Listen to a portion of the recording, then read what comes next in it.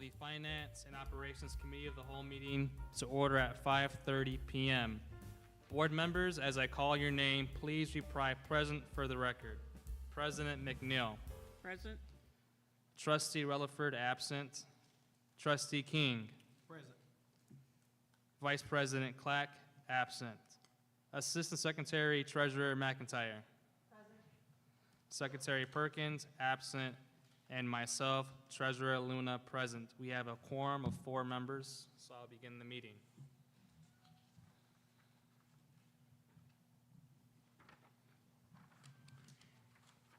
All right, the board will now hear comments from the public. We ask that you state the reason for addressing the board and that you limit your remarks to 3 minutes on matters within the authority of the board and not addressing individuals by name. The presiding officer of the board shall have the right to limit the number of persons who may address the board on the same subject. Please state your name and address first before beginning to speak. Is there anyone here from the public who wishes to address the board? All right, seeing none, we shall proceed to the agenda. I now call on the Executive Director of Finances, Shanda Cleaves, to present action items to the board. Good afternoon. I seek a motion and second from the board to approve Resolution 11.10, approval of Trade Contractor Award for communication and security updates at Potter and Holmes.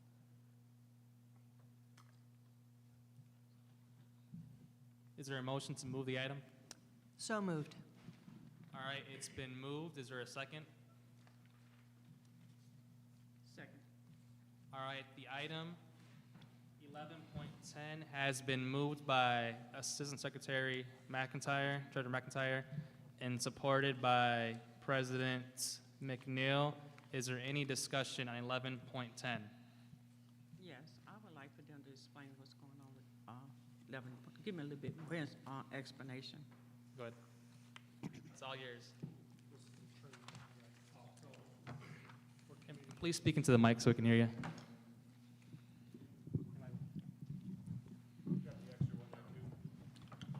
There you go. So these are bid packs 8A and 9A. So bid pack 8 was for the ESSER's project for Potter. Bid pack 9 was for Holmes.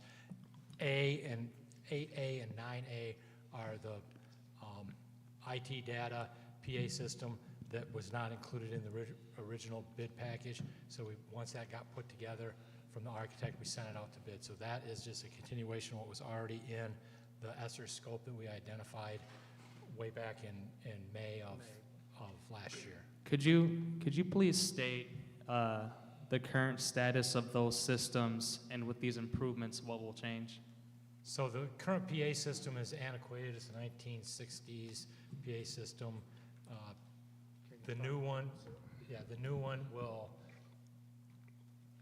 you can communicate back and forth between the room and the office. There's also the ability for dialing out in case of emergency. The security system is updating all the cameras, all the video cameras, security cameras throughout the building. It's also card access, fob access for entry doors and certain areas within, for example, the secured entry. And then it's also data, so it's updating all of the Cat 5 cables and bring them up to current, I think it's Cat 6 now.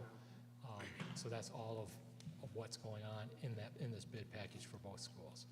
And that's at Potter and Holmes? Correct. Okay. Are there any more questions or debate? Mr. Chair, Trustee Relaford, go ahead. so with this happening at Potter and Brownell, can we be proactive so when we do other renovations that the same stuff is in place? Correct. What we've done is we incorporated the PA system and IT that we use at Doyle. We incorporated that into these bid packages for Potter and Holmes, and it's also in Brownell as well. So it's all the same system that you're putting in. So this is nothing new? It was excluded from Brownell and Holmes. I'm sorry, Holmes and Potter. but when the bid package, we realized that there was a mistake from the architect. We incorporated that into Brownell, so it would move forward. That's why it's already in the scope. for Okay, that. let me understand this. So this was omitted from the bid. From the original bid. Original That bid. we brought to you in October Uh-huh. of last fall, yes. So this is new, It's- this portion. Yes, ma'am. Correct. Okay, thank you. Are there any more questions from board trustees? All right. So the motion has been moved by Assistant Secretary Treasurer McIntyre and has been supported by President McNeil. Seeing no further discussion, the motion to approve Resolution 11.10, approval of trade contractor awards for communications and security updates at Potter and Holmes, will be conducted by a roll call vote. As I call your name, please say yes or no to approve this motion. Vice President Clack, Yes, yes. Trustee Rutherford, Yes, Trustee King, Yes. President McNeil, Yes. Assistant Secretary McIntyre, oh God, this is a long title. Yeah, just say it. Assistant Secretary Treasurer McIntyre. Yes. Secretary Perkin is absent, and myself, Treasurer Luna, yes. The vote is 6 yes, 0 no. Motion passes 6-0. can I just ask a question, Chair? Is this coming out of general funds or ESSER funds? Yes, sir. Thank you. All right. Please continue, Mrs. Cleaves. I seek a motion and second from the board to approve Resolution 11.11, approval of trade contractors for Brownell renovations. Is there a motion on the floor to approve 11.11? So moved. Support. Okay, the motion has been moved by Assistant Secretary Treasurer McIntyre and supported by President McNeil. Is there any discussion? Yes, Trustee Rutherford, what's your, you have the floor. thank you. Is this new? What's new about this? So this is the third building that was approved back. I can't understand that, what'd you say? This is the third building Mm-hmm. that was approved back in May. So once we got the documents, which we just received them in December, that's when we sent this out to bid. So this is the final piece of the ESSER's projects. So with this bid, nothing else will come that was omitted? Correct. This incorporates the security IT data PA system is already incorporated in this bid package. Correct. I want to make sure you understand when I say nothing. Correct. Okay. I understand. Ms. Cleaves, nothing Nothing as of today's date. as of today. Okay, that'll help me. Okay, thank you. All right, is there any further discussion? All right. Look at Pam. Pam, I'm gonna do this. This is a little bit new, but I think it'll be easier. All those in favor of 11.11, please say aye. All those opposed, say nay. Point of order. Yes. Haven't we agreed to do like individual voting, so? I mean, we can. I mean, if you prefer me to do that and you feel more comfortable doing that. I actually, I Okay, would, that's fine. yeah. And not that I'm opposed to that, but I just think it would be more transparent. Okay, that's fine with me. Thank you. I'll go by the script then. Thank All right, so seeing no further discussion, the motion to approve Resolution 11.11, approval of trade contractors for Brownell renovations will be conducted by a roll call vote. As I call your name, please say yes or no to approve this motion. Vice President Clack, Yes, Trustee Rutherford, Yes. Trustee King, Yes. President McNeil, Yes. Assistant Secretary Treasurer McIntyre, Yes. Secretary Perkins is absent, myself, Treasurer Luna, yes. The vote is 6 yes, 0 no, and the motion is approved.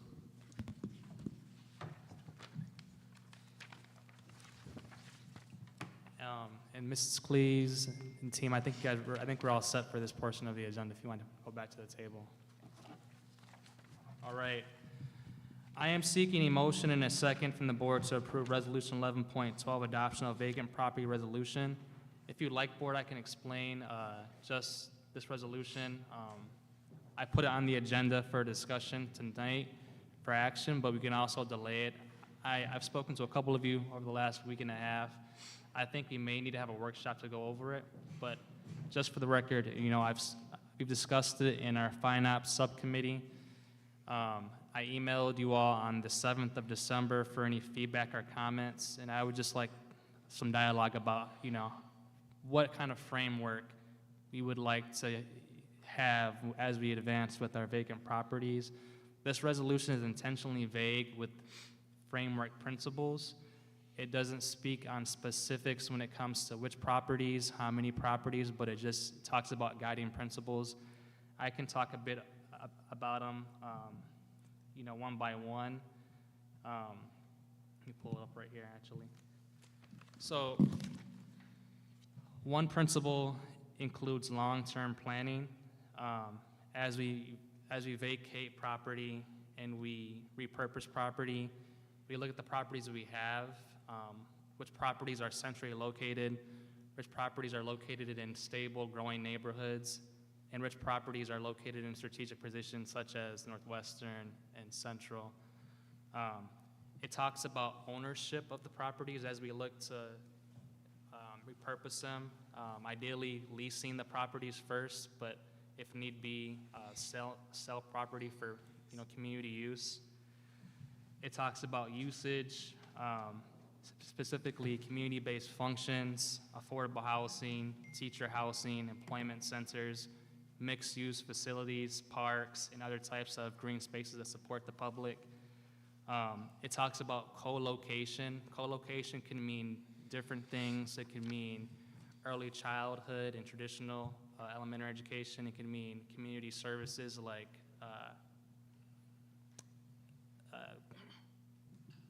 programs for the community and neighborhoods. It can mean mixed-use space like office space for nonprofits or entrepreneurs. It talks about community partnerships. So if a property does not have a viable user, whether it be someone who leases, demolishes, or purchases it, we talk about partnering with neighborhood organizations to maintain that property to reduce blight and crime. And then finally, it talks about a timeline. This timeline is just saying that at 90 days at the conclusion, the properties we talk about that we discuss and select, if we approve the resolution down the road, we're going to say, look, we're going to keep the property as is. We're going to consider it for demolition. We're going to open it up for lease or purchase, or we want it to market it towards something specifically that this board and body would think of, whether it be housing, a new school, or some other kind of community-based function. So again, I just wanted to put it up for discussion. It's nothing hard set in stone tonight. President McNeil? I would like to chime in on what you're saying. Yes, ma'am. This resolution, this board, Point of order. Is this a discussion that's what he about, just, but is it an agenda? It's listed as an action item. So have we brought it to the floor as an action item, or can we just move to information. move for information to have a robust discussion Yeah. before making an action, before like having a discussion? Because I'd like to follow the rules. So to answer your question, I put it as an action item because I have sought feedback and I've gotten any. So, but personally, I'd rather have the discussion to make sure that we do make an action that's, you know, a stable, firm decision at some point down the road. And that's what I was clarifying. I know this isn't in the form of a question for point of information, but I wanted to make sure that we're following the rules. Sorry to interrupt you. Yeah. No, Ms. I was Price. heading in that direction as well as we began to talk. The issue that I have with this resolution, and we're talking about property. When it comes to properties, the board as a whole, we must have a working workshop to iron out what it is that we want to see. We know that we have some things going on with Northwestern. All of this has to be done. We started out with a working workshop. $38,000 done went to waste on that part when we started out prior to you guys.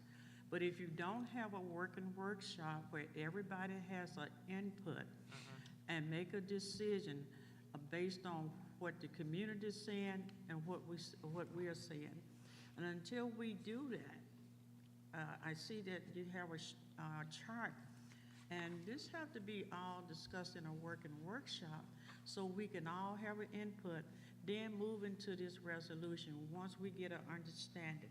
We also had 20-some property out there that people had bid on. We paid that $38,000, and we haven't done anything with that. We got to get back down to having a working workshop, and all of us have an input in the community. We listen what it is that we would like to go, not just based it on data. I'm looking at growth. Somebody else is looking at, they don't see growth. I don't think I'm going to all over and traveling to come back and say there's not going to be growth. We got to also, the board has a duty to support public schools and support the growth of public schools. So I just think we need to get together as a board and have a clear manner discussion. What is it that we really want? And do you believe that this district can regenerate and regrow? I don't see that in a lot of this stuff. It's just always just pulling. So we need to have a working workshop with the board, and sometimes it takes a couple of, maybe one day out of the week or so, but we have to sit down and figure out what it is that we want before we get to the resolution. That's just my opinion. Thank you. Trustee McIntyre? I think this is an excellent step in the right direction, and I applaud you for Yes. bringing this back up in a timely way so that we can keep working on it. I like this as a draft, but Dr. McNeil is correct in saying that a lot of work has already been done, and I would like to see all that information, that documentation, all that data, because we were, as a board, working, the previous board, on having finance committee meetings of the whole where we actually had, and I think I have given you feedback and we've discussed this. But I haven't given you enough feedback. I said there's heat maps, there's enrollment maps, all those kind of things that we actually had up on the wall so that we could make an informed decision, and that is something that I would actually like to see. In terms of having a resolution, is this from Troon? No. So, who authored it? I did. With what assistance? Did you write it, you sat down by yourself in isolation and Yeah, wrote so- and used all this language yourself? Definitely. So I worked with a school board policy coach. So I asked it, hey, you know, Yeah. we have this issue in our district when it comes to vacant properties. I've gotten feedback from some colleagues. Here's what they've said. Here's what I written. Could you just give me some guidance on what this could look like in draft language? So in the interest of transparency, I would just like all of the people that you consulted with disclosed. Yeah. Because language is important. Yeah. We have been working with Troon, and we actually do have a contract with a real estate branch of Troon to create documents such as these, and I would be more comfortable with Troon writing it. No Yeah. disrespect at all. Oh, no, I There's hear ya. nothing wrong with this. Yeah, and I would just say that the individual's name is, his name's Ben Cleven. He was a former New Orleans Parish School Board member, and now he does policy writing full-time for urban districts across the country. So that's who I So- consulted with. And thank you. I mean, you don't have to disclose that right now. I mean, Yeah. just saying in the future, like, Yeah. just make sure it's all transparent. But is it Van Wieren, Attorney Van Vieren? That if maybe, I'm not comfortable approving it tonight, Yeah. but having a workshop where we actually work with Van Wieren of Troon Okay. on the previous things that we've, so we don't reinvent the wheel, so No, to speak.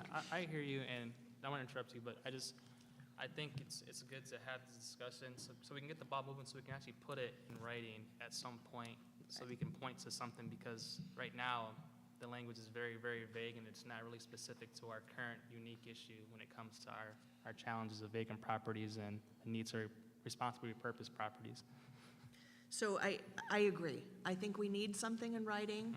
I think this is a good beginning.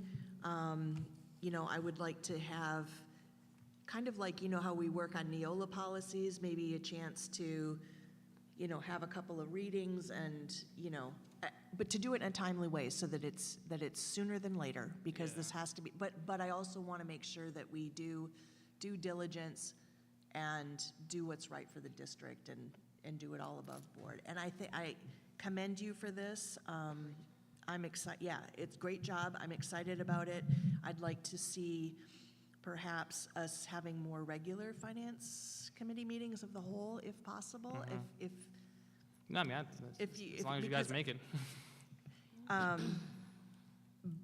so that we can get this work done. Okay. Because we did have that one time where we put out an RFP, there were virtually no criteria. It wasn't fair to the public, it wasn't fair to the bidders, it wasn't fair to us. I mean, we were just so under a crunch, like we were trying to do the right thing, but we didn't go about doing it in the right way. So I would like to see us do the right thing in the right way with the right time. Thank you. Is there any more feedback for the action item? Mr. Chair, Trustee Rutherford. I don't think you and I have had discussion about this, so I'm going to have a couple of things. First of all, I think it needs legal guidance so that nothing can come back and bite the district. But however, I do agree that we need a time frame. We can't keep going back and forth. I think we've seen this document probably 3 times, and the district needs us to move forward.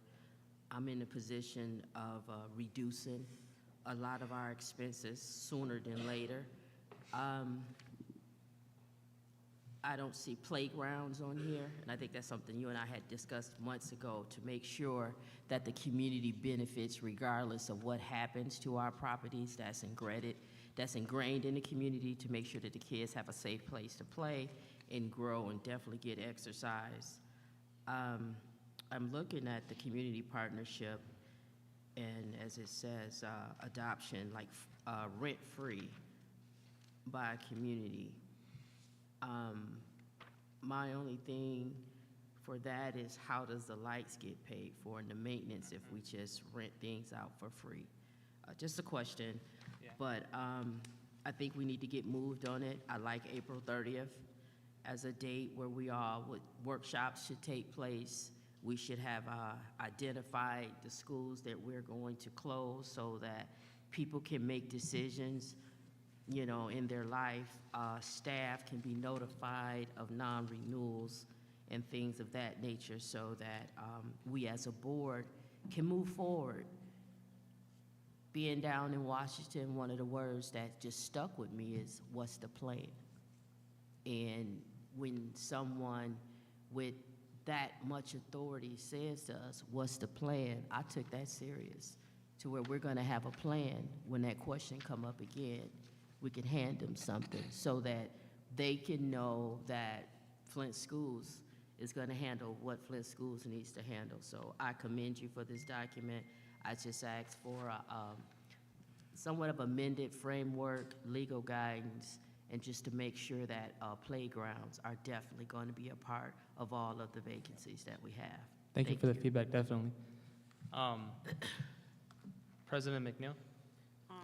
I agree with Trustee Rutherford, and a lot of things we did not discuss is that in your strategic plan, there is a plan that we was working on. The addendum to the strategic plan is, we talk about Northwestern, it was in there. There is a plan that we was talking about. We just have not been able to get back to the plan to figure out what school additional school we are going to close. And I can tell you right now, we do need a plan, but we don't need a rush to plan. I think this is a great adoption to get our man rolling, but let's go back and look at those hotspot map, where we stopped off at, and what could we do a little bit different to expedite the property that we have, that we have already out there. We got to also think about that plan. But all of this stuff cannot be done in a meeting such as this. And we will have, and I can tell you now, normally from experience, we was meeting almost once a week or sometimes twice a week. We met on a Saturday because there's a lot of detailed information. And just like, I'm gonna close this, I'm gonna close that. But then we got 28 property that we just have not mentioned. And looking at that addendum to the strategic plan, that is our plan. And it talks about closing schools and different things. So I would like to take my time, closing them tomorrow, closing schools is not gonna change things, but closing school with a plan would make a big difference as it relates to growth and giving parents the opportunity. And so that's my recommendation to the board, that we work expediently, set a time aside. I don't mind doing a Saturday, time after 5. It seems like everybody's working. Just like we're making a plan with Neola, we can do this. We are committed to that. We was committed to the MASB. Let's be committed. On Thursday seem to be working. Let's commit to Thursday. Let's doing these workshops. And public comes in, you can hear their opinion, but we have to find a decision. If we could commit to that, Trustee Melvin, you said what, by April?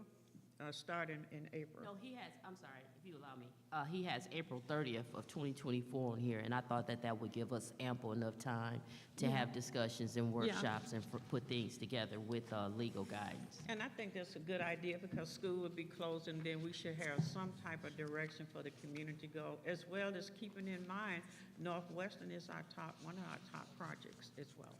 Thank you. So, if I may, would it make sense if we put out a poll for maybe 4 workshops, 2 in March and 2 in April? Would that be agreeable?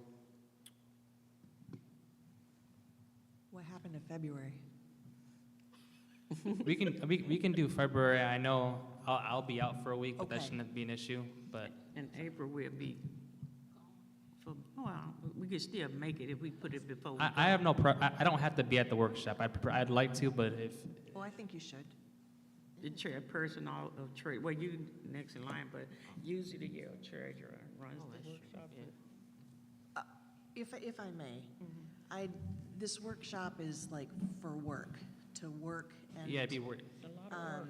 it'd be specifically focused on Yes. this it wouldn't- topic. Yeah, and it, like I said, because we were there with the previous board, it involves like actually, looking at lists of buildings, looking at our list of assets, like what condition they're in, the density of population. I mean, there's all these factors to consider, like which buildings are designed for what age of students, how many rooms there are, what are the capacities of the room. I mean, it's just mind-boggling.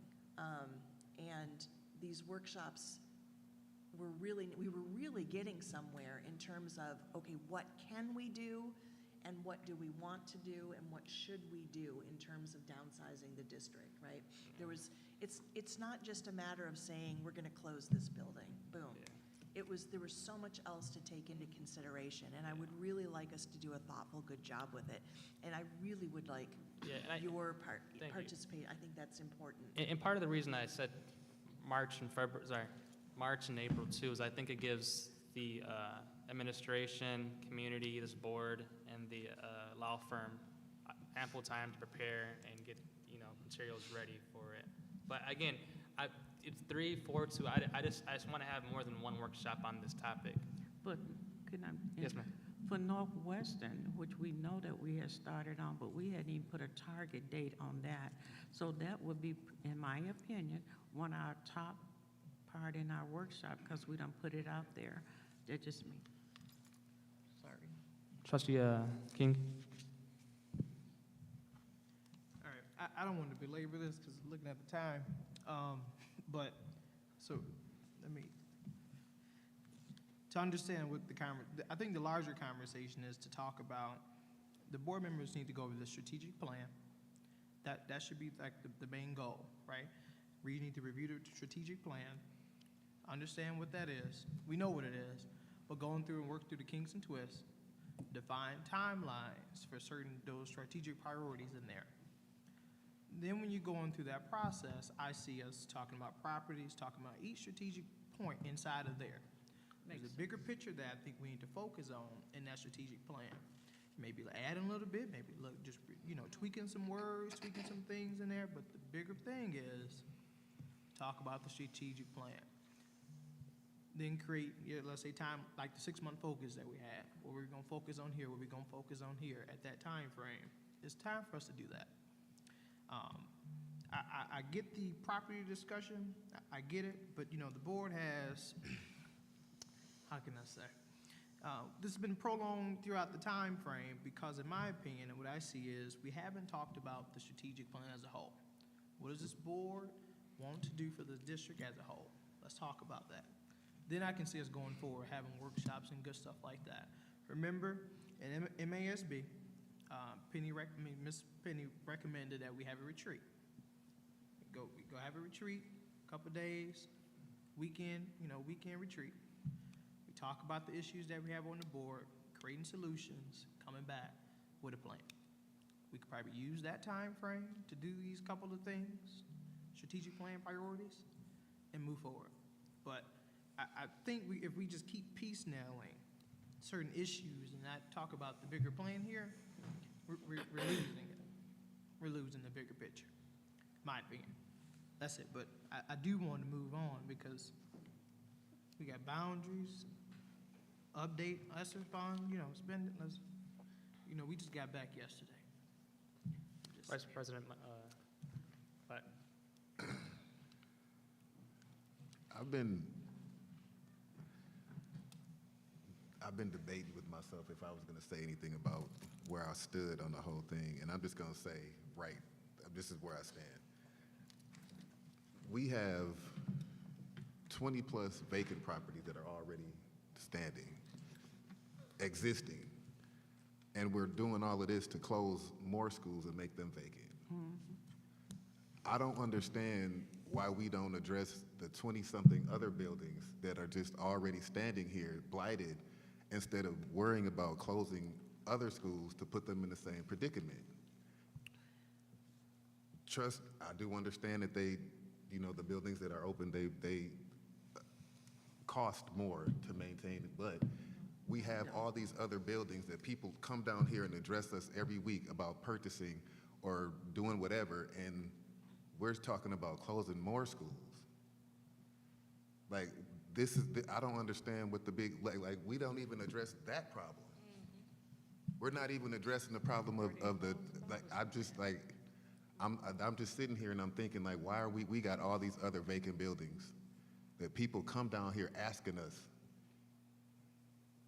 to purchase, and true enough, some of the offers are, a little bit ridiculous, and I'll admit that. But we got people that work at these buildings that we're thinking about closing, and they have families. I just don't see why we don't address that issue first. Yes. That's it. Like, we just got enough. I agree. Trustee Perkins. I wholeheartedly agree with Vice President Clapp. I've listened to all of the community come down here and talk about things that they were wanting to do with some of our vacant buildings.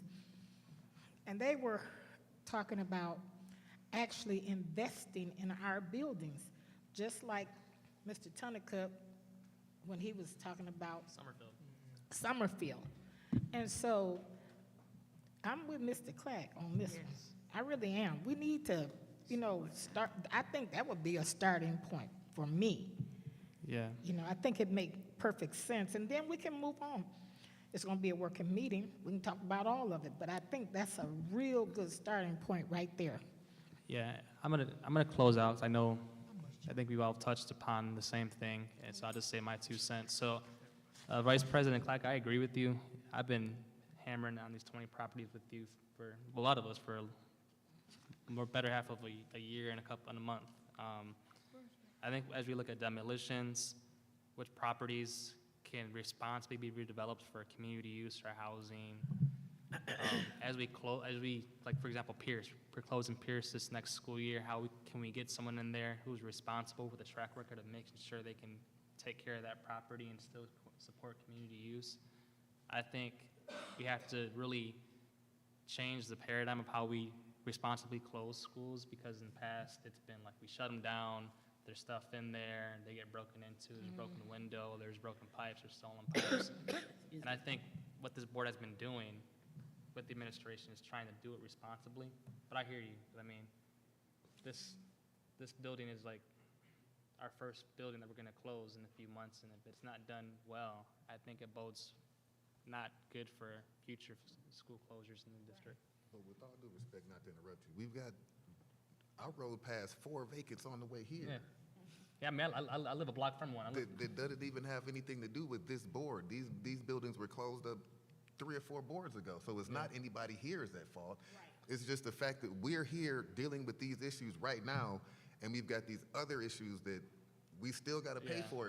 If somebody was to go up in that building and something happens, we still gonna have to pay for that. Yeah, They can sue us, you know what I mean? Yeah, we're the landowner, we're responsible. So, but then we can't be nitpicking with somebody. If we sell a building, well, you can't do this with it, you can't do this with it. Like, if we got these buildings that we got to get rid of, then And that's what I'm trying to get at. I want to put forth a resolution and policy that says, that lays out what this board wants collectively, what our requirements are. Hey, if you're going to come do this building, what have you done in the past to show that you've done this kind of work before?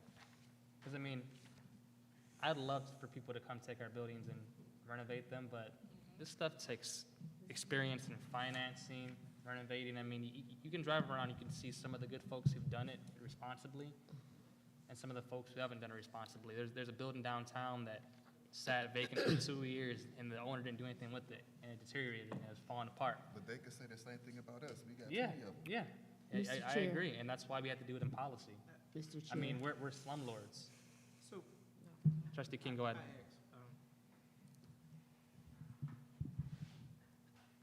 Last year, when we got on this board, we talked about trying to get the property issue thing handled.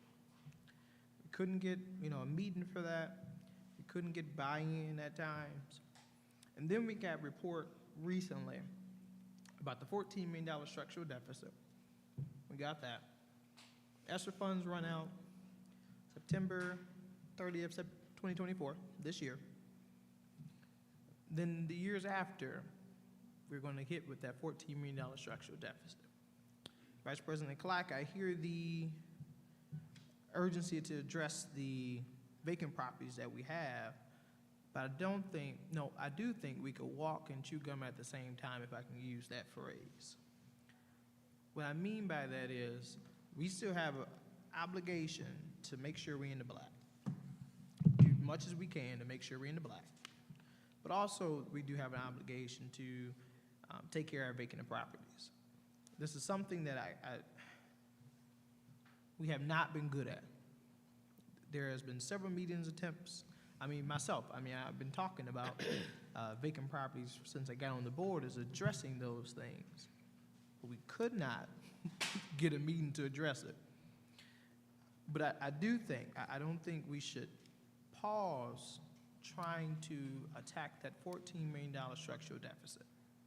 Because as we all know, if we do not attack that $14 million structural deficit and we get all the way in the red, we know who's going to be knocking. We know it. We've seen this play out. We have the opportunity now with this democratically elected board to make decisions. So I think we could walk and chew gum at the same time, address the issues on both sides. But this is where, when I made my statement of, we need to talk about the bigger picture. What are we going to address in certain time frames, which I tried to get last year. We didn't get there. I think it's needed for us to address those issues ASAP. But I don't think we need to forget about that $14 million structural deficit, because that's coming and coming. Thanks. Okay. Before I call on you, President McNeil, can we Trustee Rutherford. Sorry. Trustee Rutherford, then President McNeil.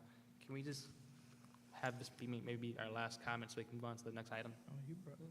Trustee Rutherford, go ahead.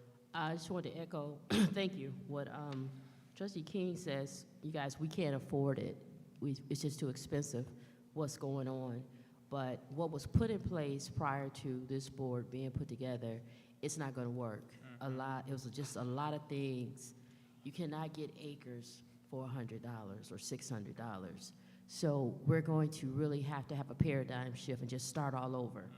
We need an inventory of facilities where Chris would have to just say what facilities people can walk in. We got to know what's in the building as far as inventory. What's the criteria of even being a person that can get a building? And as we have so many individuals coming to the mic, everyone pretty much has the same idea if anyone has paid attention. And one of the things I would say to the public is work together, because you got 10 different people that want to do a trade center, that want to do a one-stop. And how many of those will we entertain? And I think it would be great for us to set a time in the summer, and I think we mentioned that, or spring, where we'll just have an open house, maybe 4 different open houses on each side of the city. So individuals that's interested in it, they can prepare their finances for those open house to do a walkthrough, and that way we all can keep control of, know what's going on and stay organized. And I just feel like we don't have a choice, you all. We have to get rid of some properties, and we also have to close schools, because that 14 million is gonna bloom before we know it. And I think it's just best, we know we gotta make the hard decisions. We know that. But we cannot just hand our property away because the person happens to be a former student or citizen of the city of Flint. We just can't do that. Thank you, Chair. Thank you. President McNeil. I hear my colleague loudly and clear. We had Trone company working with us. They worked with the community. They had planned to even help the community with everything. Everything was rolling smoothly. Then we had an interruption, but the value of what we're talking about, those 28 buildings, has not changed. We even did the study. If you close down whatever you want to, you're still gonna have some type of deficit. We was aware of the low bidders and the high bidders. We didn't continue the process. We're close to 38,000 for the first time. We tried it again, something interrupted. And it's no such thing as that we can forget about what has already been in place, and we know what's in place, but the new members have not got an opportunity to see them 6 or 7 booklet and work with Trone as we go forth. He even had proposal to help them with their 501c3. It's all laid out with these 28 vacants of property. Then we had the interruption. We had new board members, and everybody came on. Then we had to go back to the 6-month plan, which is that strategic plan. And that's what we're talking about is part of the strategic plan. I'm just saying that let's deal with what we started with, was these 28 buildings just sitting there. People had good ideas and stuff, but we got good ideas. No, we're not just giving you, I just got a call and said, since you guys tore down Washington, give me the, I would like to make a bid for $400 for that land. You know, how absurd can you get? But that's why we have Trone there. He stands in the middle, he negotiates, he comes back, we talks about it, and we move forward as we working on that. Then we got to get Holmes kids back over here to Holmes and Brownell. And so we got a lot, walking and chewing gum, it was easy. Been doing it for a while. But we got a lot going on, which is part of the strategic plan. Holmes got to come back home. Then we still got that space to use. So it's a lot that we can discuss about right about now. And I support the Vice President that we look at where we at coming down the road. I see that if we continue with this renovation, looking at getting resources to start over there building a new school, because that's going to change a lot of things. It shows that through renovation. But all of this come from having a workshop and having these things airing out. Get all the data that we did have, look at it, and stop assuming that the previous board did absolutely nothing, nothing getting done, nothing get done. Think about the interruption, then we had an election. So it's nothing to say that we didn't get it done. This place was packed Okay. when we doing those meetings. Thank you. I'm going to just conclude so we can go on to the next item. At our next Finance Subcommittee meeting, I'm going to make a main topic to talk about how we can get this workshop schedule set up and include the administration in the discussion. So I'll just stay tuned for that. Hopefully we can provide some potential dates in March and April on what that looks like, and we'll get back to you on that. What's your point? So you're saying at the next finance operations Subcommittee meeting. subcommittee meeting to put, I'm gonna put, Can you just make them as a whole, so we don't have to keep going? yeah, I mean, look, here's my point. Number one, the status quo is unacceptable. But more importantly, I want to get everyone's input so we can do this collectively as a body, so we can move forward on these workshops and begin to plan and make decisions so we can put this in policy. So if you think it's better. next finance meeting next month, and that's when then you're gonna do the poll, and then, because I'm just thinking. It's just going to that's be, great. I'm envisioning a discussion with the subcommittee, and then from that discussion, we send something out to the full board and get their feedback about what we can do as far as meeting for workshops in the future to discuss this overall.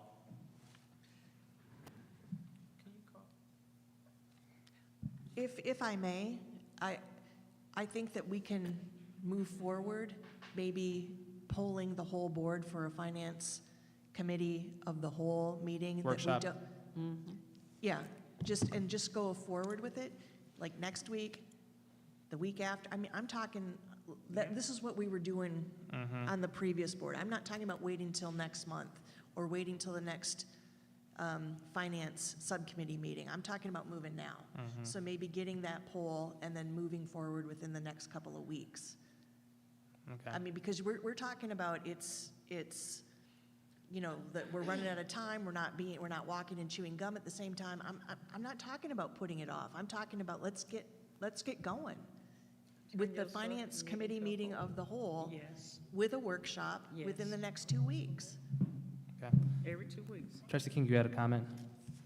I just don't want us to talk about slowing down when we get started. I just Okay. want us to be able All to right. go. All right, so I'll put a poll out with Mrs. Beard for a workshop related to properties, and we'll get moving. I'll get that out tomorrow, formally via email. All right. Good. Mr. Chair, is it possible some of those meetings could be Zoom? Trustee Rutherford, I honestly, I think the way they call them the Sunshine Laws, Open Meetings Act, there was Zoom allowed during the COVID where certain rules were suspended. I can get back with you just to have a documentation. okay. Did you have a comment? Yeah, point of order. It's not allowed by the state. We can't do Zoom Okay. committee meetings of the Can you whole. just make sure, please? Okay, yeah, no, good question, though. Thank you. All right. Information item 22.3. I would like Mr. Stewart to give us information on the boundaries. And we have a map in front of us. Mr. Jones, when I spoke to him last week, he had mentioned he wanted to talk about this and give us this information as we look at repurposing schools, how this is going to change every time. So, Mr. Stewart, you have the floor. Good evening. Good evening. Good Good evening. evening, Mr. Stewart. What you guys have in your package should be, is a proposed boundary change for the close.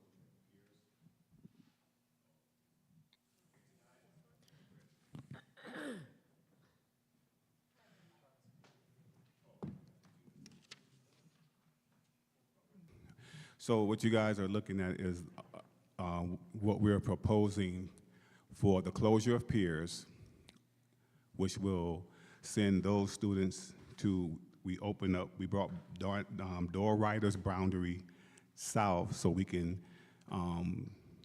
Door Rider can take all of Pier's students at this time. The information provided shows that door riders' capacity is 625. And by taking Pierce and 92 students from Brownell, the capacity will be at 338. I mean, the capacity is still 625, but we will be at 338 students. So we had to, first I was asked to move Pierce into door rider. So we had to create the boundary for that. And then I was asked to reduce Brownell's boundary because Brownell's boundary went as far west as Clio, went as far east as Western Road, and it went as far south, it was at Mackin Road. So that was a very large boundary, and I was asked to reduce that boundary. So we reduced the boundary by taking door rider up to Pasadena to get those kids moved. They would then be assigned to door rider. And then we took Potter's boundary to the west, toward Western Road, so they would get those kids, which was about 60 kids, I believe, that would go to Potter. So right now, what you're looking at are the proposed boundaries for the closure of Pierce and the reduction of Brownell's boundaries. President McNeil, you had a question? Yes, I do. Have you guys taken a survey with the parents at Pierce? Where are they planning on sending their kids? I know this is our plan, but have anybody talked to those parents over there, did a survey? What schools would they be looking at when we do close Pierce? So what we did was we've had forums over at Pierce, and for those parents who showed up, they didn't give us any indication that they will be taking their kids anywhere else. So when we informed them that those kids will be going to door rider, we didn't receive, like I said, we didn't hear anything negative about them going to door rider. And when you look at the number of students who live in Pierce boundary, it's about 60 students. So they may have, let's say that they have 100 students in the building, 60 of those students actually live in that boundary. The other students come from other boundaries in our district. Okay, so with the new software that we have, Apogee, I believe that's it, is there any way on that we can do a survey where they can survey these schools and see what their opinions are, what school they would go to? So, get some data that we can, live data that I can look at and just say, or anybody can look at, just say, this is where I would send my kid. Just not assuming that just a hand through. You think we'd get more input if we had some type of electronic type survey going out? Your thoughts? So, just a thought. I hear you, but my question would be, that data is being collected for what reason? Because if the data is not, if it's not going to stop us from closing Pierce. No, it's not going to stop us from closing Pierce. I want to hear what the parents, just an idea of what the parents would say. Oh, you close Pierce, now they got that. Where is they thinking about sending their kids? Because a lot of people were thinking, oh, when EduCare closed, they're going to all go to the public school, and that didn't happen because nobody really did a strong survey. That's all I would just want to is that possible? Okay, I'll check into that. I just want to know, Will you yes. write that down for me? Thank you, ma'am. And we got one more, Mr. Steward from Trustee Rutherford. Hey, Mr. Stewart. How you doing? Good. And looking at this map, this is my angle. How long are they going to be on the bus? So that's a hold great on. question. My reason for that is an hour ride is very long. True. So I'm looking at Potter, and then I'm looking at Freeman. And my question is there any way that Potter can pull back to Robert T. Longway and Freeman can go up to Robert T. Longway? So Freeman was higher. We reduced Freeman because the plan is to close Nethercutt the upcoming school year. Okay. And so then we can move the Nethercutt students into Freeman. okay? So we have to, like it was stated earlier, we need to look at the bigger picture, because if we're gonna close multiple buildings, we need to make room and do what's logical when we look at making the boundaries. And so when we looked at these boundaries, I want to assure you that the boundaries that are made, no student is more than 2 miles away from their building. Okay. So it will not be a long bus ride to the school. Are there any more questions for Mr. Steward? Thank you. Do you have any more to talk about or present?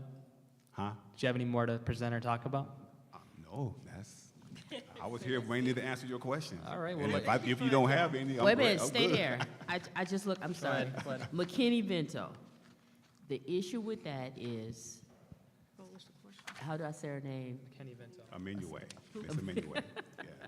She wasn't able to get transportation a lot. So are we able to iron that out to make sure we have, I know it's probably out of our control, but how are we going? Do we have a plan B? So what we have for McKinney-Vento is that we have our regular transportation. So, then we have the taxi. We're able to have taxis. We also are able to buy bus passes or gas cards for our parents. But the district also purchased a van. Okay. So we can, when those kids have issues, there's a gap between enrollment and transportation being set up. We have the van where we can go and pick those kids up and transport them to school, because we did put money in the budget for a driver as well. Okay, awesome. What's the capacity of the van? Got to be at least, got to be about eight, I would say at least 8 to 10 people. 8 to 10? Is there any way we can have 2? That would be a fine, that would be I a mean, my question. my rationale for that is, with the way that it's going, you can have some to handle the north and east side, or some to answer the north and west side, or something like that. Instead of that hour ride trying to go get a student, if you're already in the vicinity, or is that just wishful thinking on my part? So a lot of the times when kids have the hour ride or so, it's because when you're a McKinney-Vento, if we're your school of origin and you move to Swartz Creek, Oh, then we partner with Swartz Creek, and we have to go and make sure we get that student and bring him to school. That could be where that student has an hour ride, right? Because we have a McKinney-Vento bus that goes to get those students who are out of the district to bring them into the district. I can see that. Now, can ESSER funds, Mr. Clack asked that question. Go ahead, Mr. Clack. I think this is for a question for Ms. Cleaves. You ain't have to get all the way up. You could just shake your head. Yeah, could ESSER funds pay for a new van? So currently, we purchased the other van through a grant. Okay. I guess when I speak about the update or ESSER funding, we would have to look at where we have some leeway in it right now, because that budget is fully allocated. Okay. Can we use security for 31A funds? Because could that fall up under security in some Not type to of way? purchase a vehicle, no. No? Questions? Okay. Did Mr. Jones? I was speaking with Mr. Jones, and I'm talking to the CFO. Yeah, he was saying something about grants for brand-new bus, the electrical bus. Have you guys gotten into that discussion?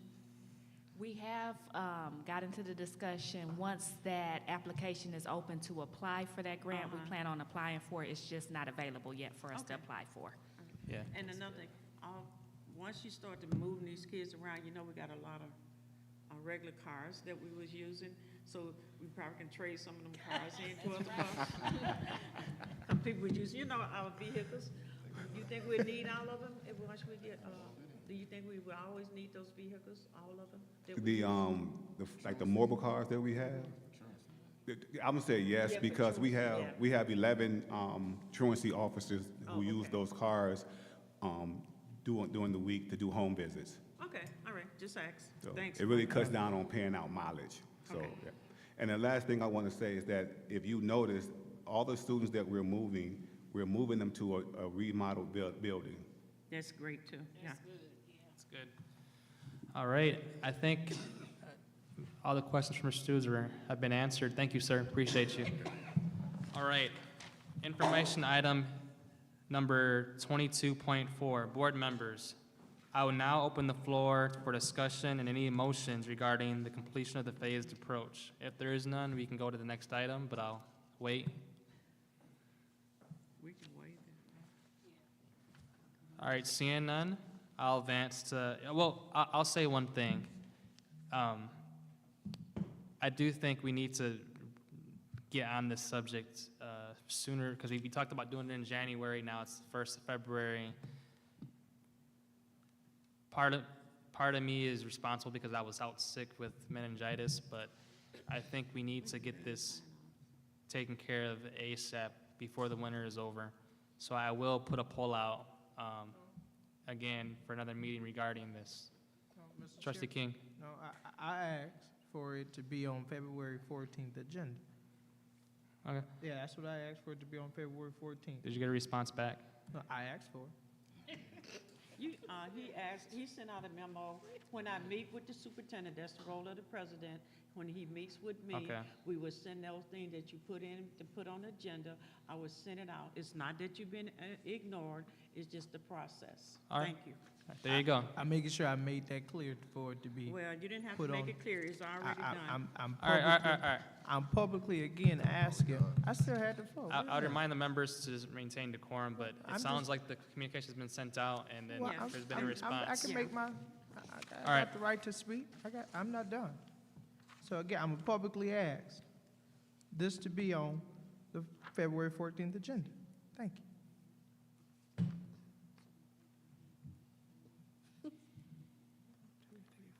Mr. Chair, Trustee Rilliford. I'm not laughing at this, sorry. It's okay. I think as a board, we all can agree that this needs to go on the agenda, period. Because we all agreed in December that it would, and I just asked Hold on. the Just let him talk. president to allow this to just transpire and happen because we all agreed. And the formalities, when it's convenient for individuals, we don't, I would just ask that we stay away from that. What's for the greater good of this district, we all agree to allow it to happen. And as leaders, we need to serve at all times and be cognizant of what's best for the district. And what's best for the district is that we move forward with what the strategic plan stated and what we all agreed to. Thank you. And I would just add, you know, if you look at the minutes, and I mentioned this at the last meeting, we talked about doing this in the January regular meeting. So,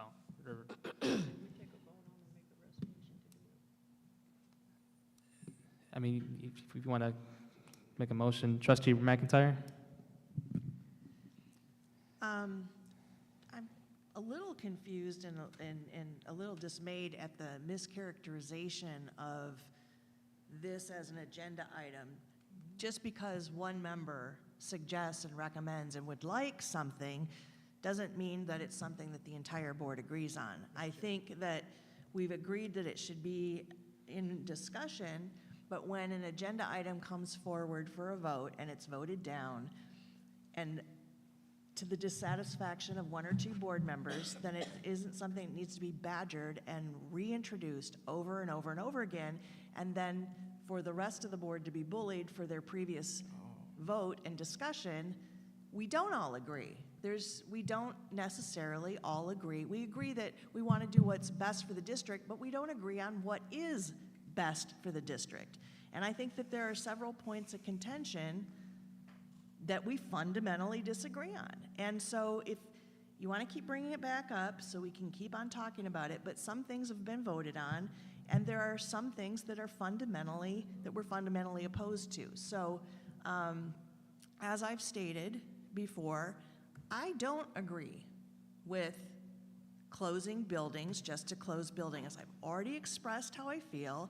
I feel that we need to do a data-driven approach, not an emotional approach. I've suggested what I think should be the process moving forward, and I'm not bringing it back up every time that's ignored and is completely overlooked. We're following a process, and it requires the entire board to come to a vote, to come to a resolution and move forward. That's it. And we did not agree to close Eisenhower. We voted no. It cannot be brought back up over and over and over and over and over again. It's end, unless you want to do a reconsider. The strategic plan is a general strategic plan. We have not agreed as a board to close buildings and give them away and to have so-called community partners come in and, run programs that we're already supposed to be running ourselves. I just want to state that that is individual board preferences, decisions, and opinions shouldn't be allowed to run rampant and to dictate the agendas. Just because one person or one or two or three people want something doesn't mean that it has to happen. We are a board, we are a democracy, and so I'm just putting it out there. I am not adverse to having a discussion about the strategic plan, about right-sizing the district, about repurposing the district, but to keep beating a dead horse that has already been voted on and to be kind of petty and petulant about it is not the process and not the way to move forward. Mr. Chair? 1 second, Trustee King. I would just ask all my colleagues, I'm not calling anyone out specifically, just please try to maintain decorum and respect for one another in the discussion and try to avoid accusations and name-calling. Trustee King. So I want to I just want to make a statement. When we voted for a phased approach, all of us voted on this phased approach. We said 1 school this year, 2 schools the following, 1 the next. We voted for that. At that table, we chose Pierce and Nethercutt. That's as far as we went. But there's 2 buildings that need to be chosen. Then at that table, folks said that, well, we're gonna wait, let's wait. We already did too, well, ain't no rush. All right, ain't no rush. I said, okay. December 13th, I asked for it to be on the agenda December 13th, have a discussion to complete the phased approach. No, let's wait till January.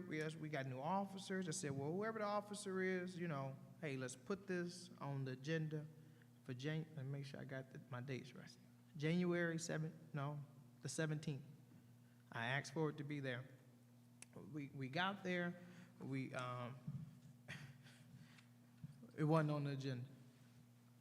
And we got told, oh, well, we got to do another meeting, and I said, okay, well, whenever the board ready, let's do it. I just hope it's not May, June, July, August. We keep kicking the can down the road. And I do want to be clear, I didn't ask for 22.4 to be on the agenda for tonight. My colleague chose to put it on there, Treasurer Luna chose to put it on there against what I initially asked was February 14th. I'm not bullying no one. I'm just making sure the board complete the phased approach that we agreed on. We still have 2 outstanding ones, unless the board want to recant and say, well, no, we just stop at 2, and we move forward, and we deal with the $14 million structural deficit. But it's not about what one colleague want to do. This is about completing what we agreed to. That's like you paying somebody half the rent. Like, you just can't do that. So all I'm asking is we complete what we agreed to.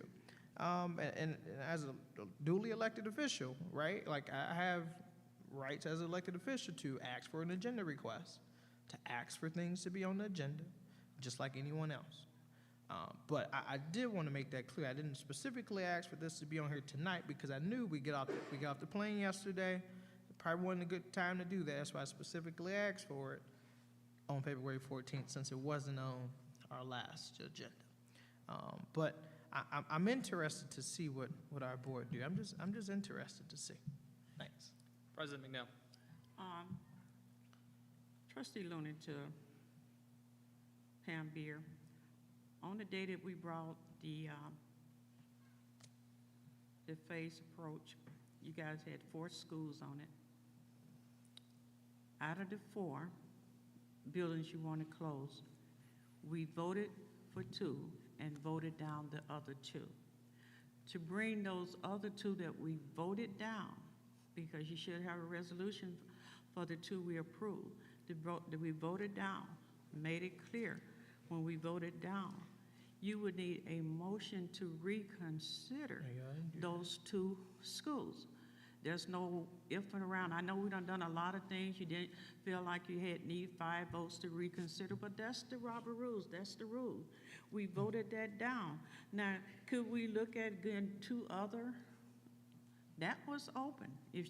But you just can't keep bringing these same 2 buildings back. They was voted down. We voted for 2. You guys brought 4. And we approved it 2, and then we voted down the other 2. Point of information. And I need to see the minutes for the Yeah. votes. Could you do that? So, to your point, you would have to look at the specific language in the minutes, because let's say, for example, right, the motion failed. It says we want to close Johnson School for 2027 to 2018 to 20. So, sorry. If we made if the motion was to close Johnson School for the school year 2027, 2028, but we didn't say 2026, 2027, there's some nuance where that wouldn't require a motion to reconsider. So just you have to look at the specific minutes of the language. So, clarify, are you saying that, do we need to take a vote again, which schools those 2 schools that we, the majority agreed not to close, are you saying we need to take a vote and saying we're not? Because we do have a choice out of those 4 schools, the board as a whole, to say no to those. So if that's what you're saying we need to do, then maybe when you have your next meeting, we'll bring that back up. That's not what so here's what I'm saying. All I'm saying specifically is that there is some wiggle room about the specific languages when it comes to the specific school and the academic year. Now, I do know this from the minutes because I reread them, pretty often. The board did approve a 3-year phased approach to close 4 schools. We've only done half of that phased approach, so we still have work to do based upon what we approved. And we have 3 years, okay. So that's my understanding. If there's a different, opinion, then someone please let me know, but that's my belief. So look, it seems to me that we're not gonna make a decision on 22.4, so I'm gonna go to 22.5, which Thank you. is ESSER funding. So, Ms. Cleaves?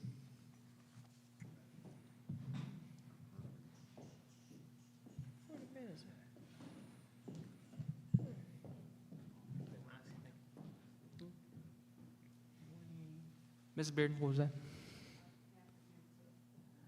Okay, yeah. We don't move on to the next agenda. I think we'll talk about it. All right, Mrs. Cleaves?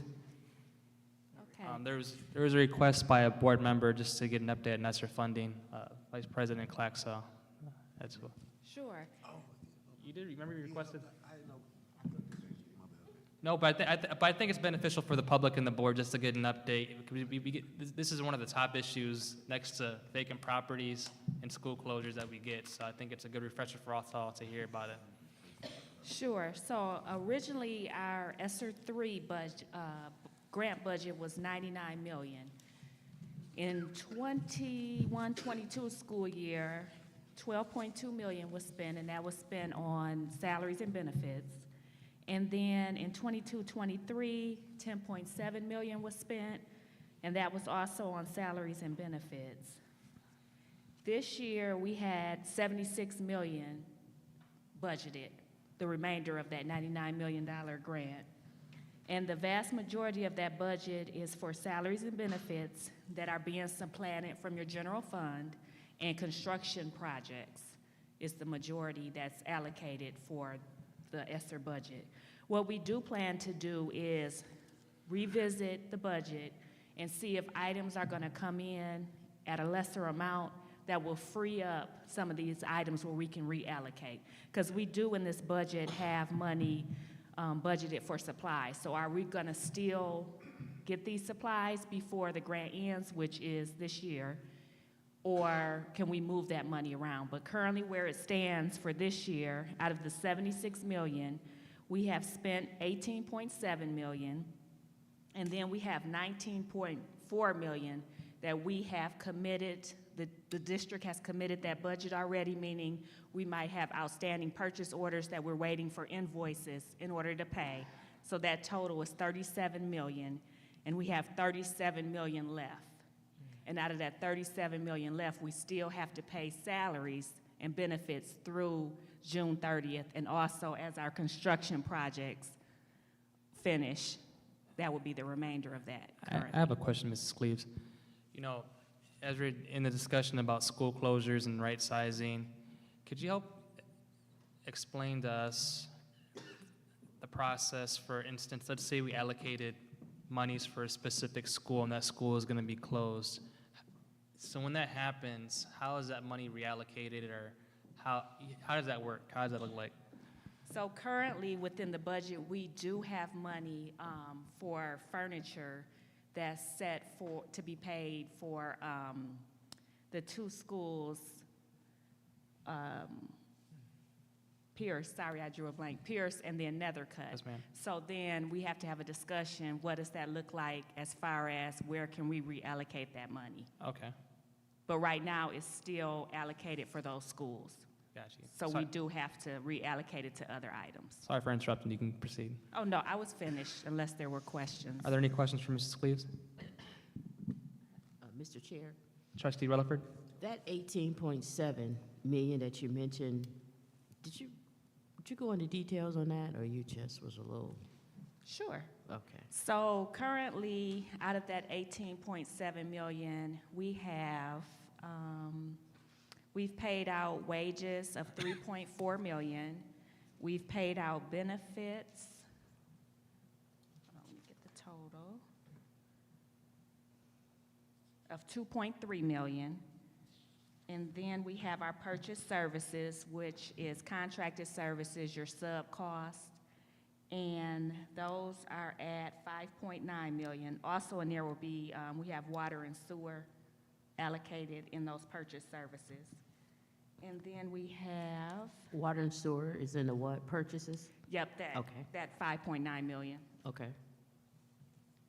And then for supplies, 819,000. And then for our construction, so far, we've spent 4.2 million. Okay. And then more of your shared services is 19,000 that has been spent so far 19. to get you to the 18.7.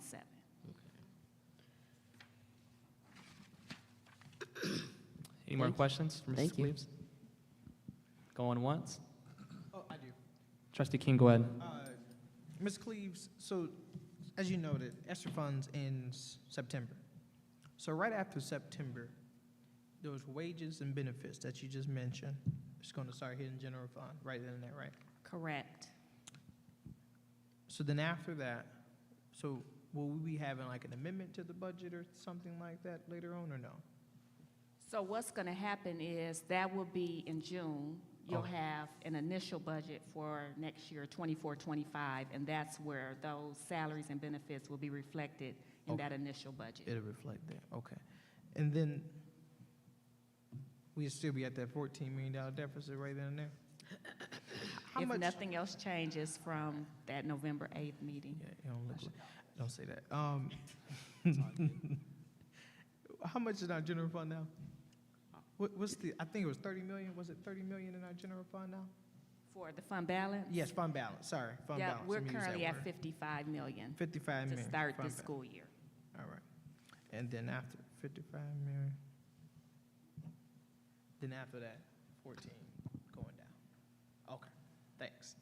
Well, our fund balance wouldn't be 14 million. Oh, wait, 14, say that again? So we So have the 55 million. 14, so the 55 million is our beginning fund balance, and then based on that budget amendment Okay. from the November 8th meeting, Mhm.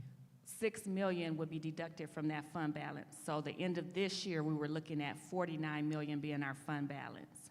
However, I had a slide discussing what it looks like when we add those one-time costs back into general fund that we are using ESSER from, and that's where it shows we have the $14 million that we will have to take from future fund balance, and that we have 2.4 years before we will have zero fund balance. So right now, we're operating without ESSER With the cushion, as the real 14 good. million. With the okay. So if we didn't have ESSER at the end of this year, we will have the deficit of 14 million. So after those 2.4 years, right, we'll be in the red. Correct. What happens usually with schools, districts in the red? So what happens is you will have to borrow money, From whom? the state. Borrow money from the state. What is that? How long that take? That I will have to get back with you on, how Okay. long that would take, because it's a whole qualification It's process. a whole process to Yes. borrow money, and you got to pay this back over time. So Okay. remember, we currently have a bond also, and I know Oh. we're supposed to be talking about ESSER, Mhm. but we also have a bond, 56 million, right? that's 56. 2 bonds. And that's from the state. The first bond was to eliminate deficit, and that was 30 million, roughly 30 million. And then the other bond was for energy conservation, for energy improvements, 13 million.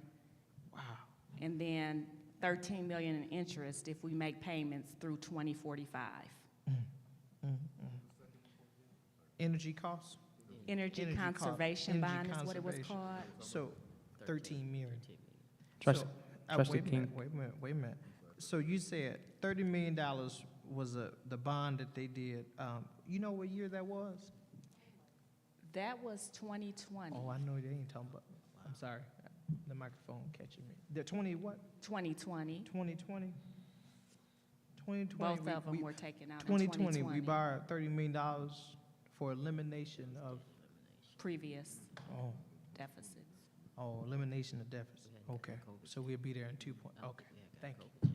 I just want to make sure I know my numbers. All right, And going that's one. also, sorry, that's also reflected in the audit. Yep, I saw it. Okay, I just want to make sure I heard.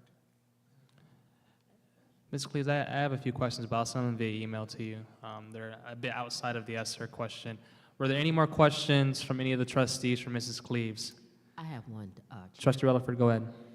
What is the normal, if I can use that word, debt that districts normally carry? Well, the requirement is you don't drop below a 5% fund balance. Once you drop below the 5% fund balance, then you have to start submitting a deficit elimination plan to MDE. I can't really speak to the average deficit because there's so many districts within Michigan. But it's usually millions, correct? That 5% normally equates out to a couple of million, correct? That they have in their fund balance. Right, okay, all right, thank you. All right. Mrs. Cleves, thank you. I appreciate you. problem. We appreciate you. All right.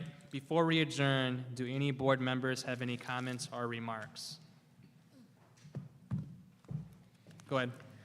I'd just like to say we had an outstanding, unified team in Washington.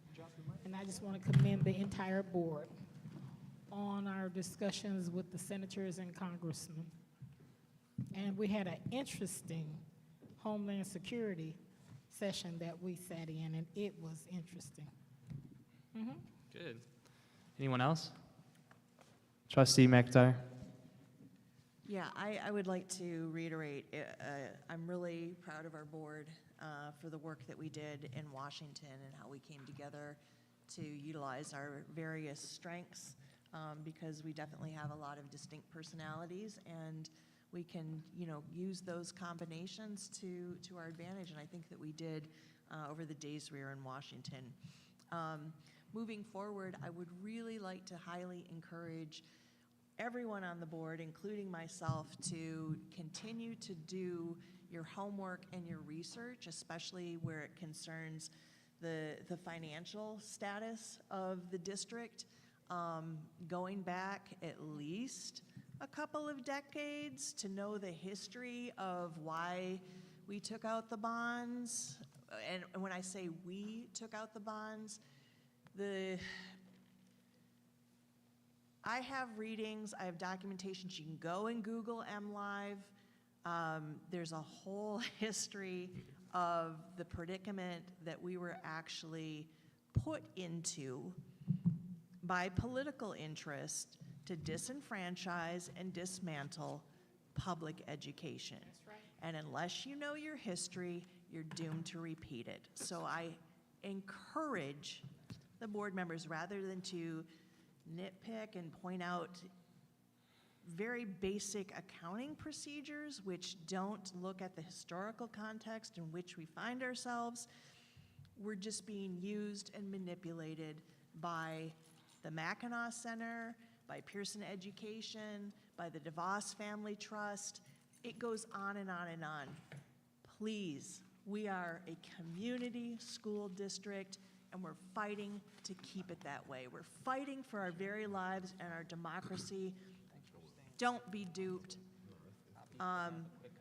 Do your homework, do your research, know your history, and we have an uphill battle to fight. And this whole boogeyman of, ooh, you need to balance your finances and be fiscally solvent is utter noise and distraction. We have been put into a financial predicament precisely to make us financially insolvent, because we have a financial emergency manager law that is poised and ready to take over our union contracts, our municipalities, our school districts, and it is unconstitutional, as already been determined by a court, and it's undemocratic, and I really need people, our community, to come together to support the schools, because it's going to take all hands on board. We don't need outside interests coming in, trying to grab our property away from the community and stripping us of our democracy and stripping us of our right to read, public education, our right to vote. I have a lot more I would love to say on this, but it's getting late. Thank you to our board. I'm really proud of all that we've done, all that we're doing in spite of our differences. And for anyone who knows my heart, you know that I love Flint. I love the schools, and that's why I'm doing what I'm doing, for no other reason. But we have to preserve our community. That's right. As a collective, and just not individual market interests. Thank you. Anyone else want to speak before we adjourn the meeting? I'll just say a few brief statements. Number one, thanks to my colleagues who called or texted me last week when I was sick. Still not out of the woods yet, but I'm almost there. Number two, I will be absent from the full board meeting February 21st. One of my dear friends is marrying my cousin in Mexico. And then finally, with regards to the meeting, I appreciate any feedback, private or public, as it relates to how I organize a meeting. I reached out to most of you just to get any questions fielded about the agenda items, but please reach out to me if you have any questions or concerns in advance of either a finance cow or a finance subcommittee meeting, or if you think I could do something better. My goal is to make sure everyone has a fair chance at speaking and is heard, but also that we remain on topic and we're respectful of each other and also of the meeting and the public. So those are my comments. You have a comment? I just want to say to the board, as it relates to agenda, Mr. Johnson and I are working on our scheduled meeting. We're working on our scheduled meeting. You can send me your agendas when he's scheduled me. We have to the 14th. He'll be back on the 8th, and that's when we'll be working on agendas item. You have any questions about your agenda, you send them to me, Mr. Johnson, and we will add these things to the agenda as we can fit them in. All right. Vice President Kleck. So I just want to say how proud I am of everybody. Thank you. And how we came together and how we conducted ourselves. I think we really were accepted. I think we were heard. I think we were respected in the way that we were well received. Please forgive me for the way I acted when I saw Biddy Thompson. Oh, yes. Please forgive me. That was okay. Please forgive me for the way I acted. And when I saw, what's her name, Marjorie Taylor Greene, like, I was like, but yeah, just for, I really want to say how proud I am of everybody, though. I think we were so good that we picked up a stray, like, we picked up somebody that she would rather hang with us than the people of her own state. So I think that speaks for a lot. We all came together. We all, we finished each other's sentences. We knew the speaking points, and the lady, I think her name was Karen, I think she even thought that we had rehearsed, Karen how we were. Merrick. Yeah, she thought that we had rehearsed, and we really hadn't. It was just, we all knew, and we all knew, what we needed to say, and we all knew what we needed to stand for and advocate for.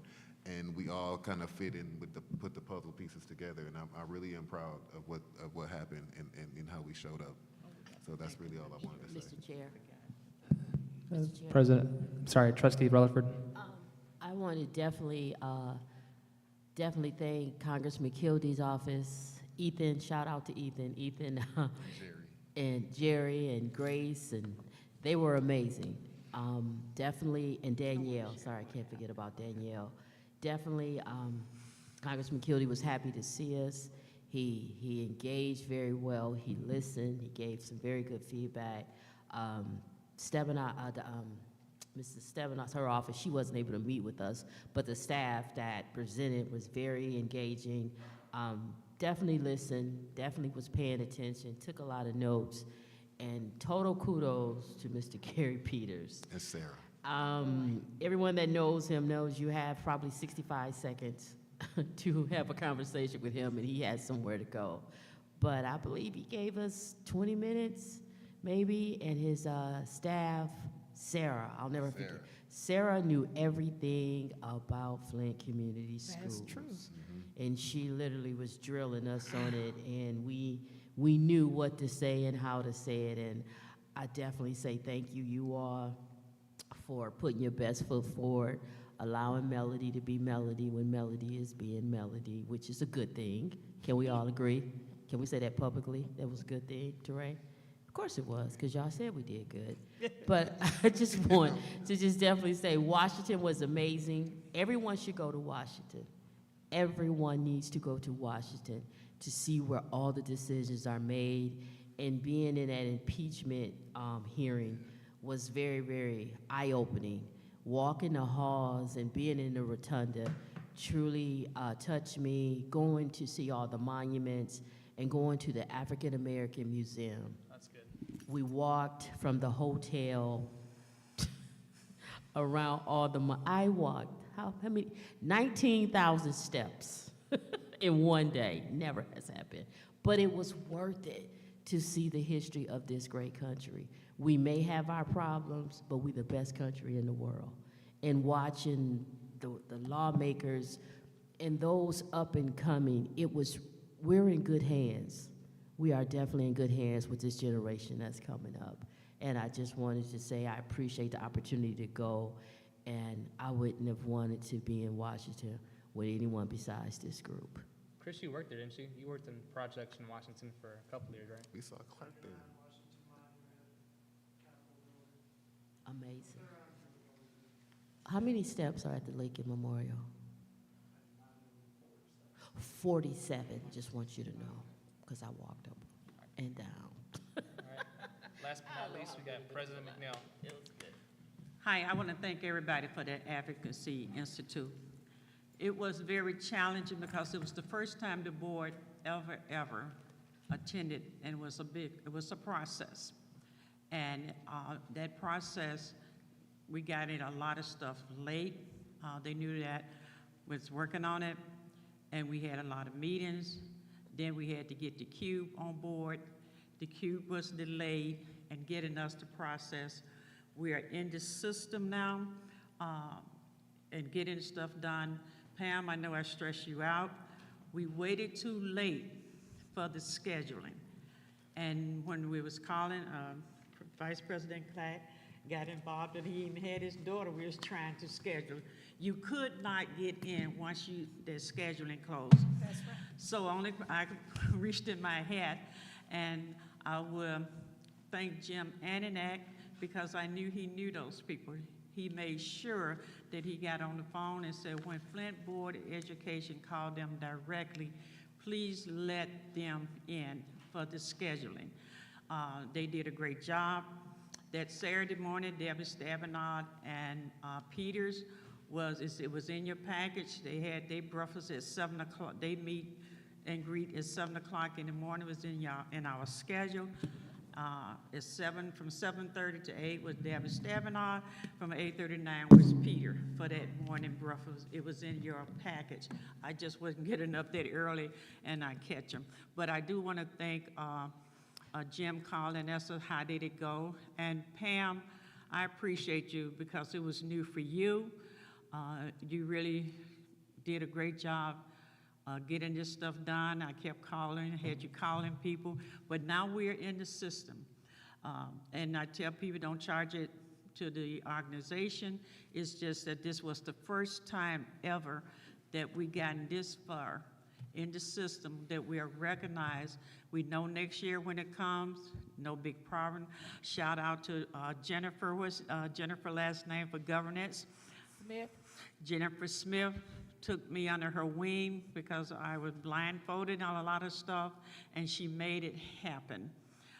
So I give my shout out to her, and she made sure that the board was represented, make an extra call. As a matter of fact, the $65 lunch, we could not get in that because we would have to vote on everything, get everything done.